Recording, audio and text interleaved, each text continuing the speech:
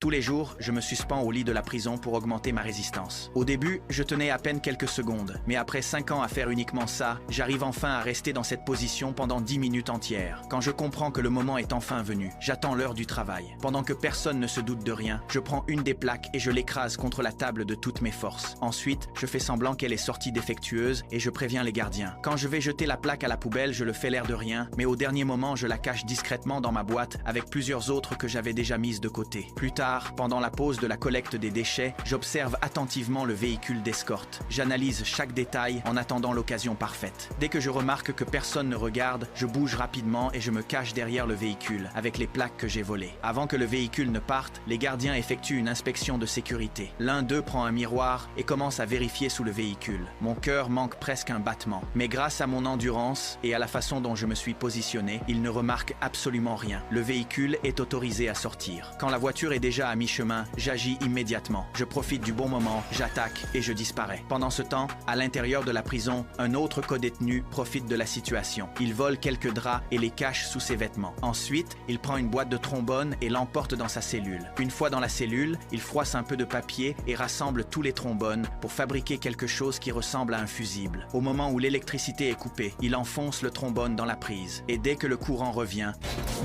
après avoir réussi à faire du feu, il parcourt toute la cellule et répand les flammes. Ensuite, il chauffe aussi un peu son propre bras pour faire croire qu'il a été blessé. L'alarme d'urgence se met à retentir. Les gardiens accourent à la cellule et sortent l'homme pour éteindre l'incendie. Il est immédiatement emmené à l'infirmerie pour soigner ses blessures. Mais au moment précis où le médecin s'apprête à lui faire l'injection, le prisonnier attaque. Il attrape la seringue et injecte tout le sédatif dans le médecin. Et pour être sûr, il lui donne même un petit coup, juste pour qu'il s'endorme plus vite. Ensuite, il tire une armoire lourde, ouvre un passage et traverse le mur par le conduit de ventilation. Puis il remet l'armoire à sa place pour cacher l'ouverture. Il rampe dans le tunnel jusqu'au bout. Ensuite, il prend le drap qu'il avait volé et écrit une phrase dessus. Puis il grimpe jusqu'au sommet du drain. Au bon moment, il émerge, en plein milieu d'une foule de manifestants. Mélangé à la foule, il lève le drap avec le message écrit dessus. Une femme s'approche et lui demande de voir le message de plus près. Mais en regardant mieux, elle remarque quelque chose d'étrange. Il est habillé comme un prisonnier. Avant qu'elle puisse réagir ou appeler quelqu'un, il agit rapidement. Il fait s'endormir la femme, prend la clé de sa voiture et s'en va.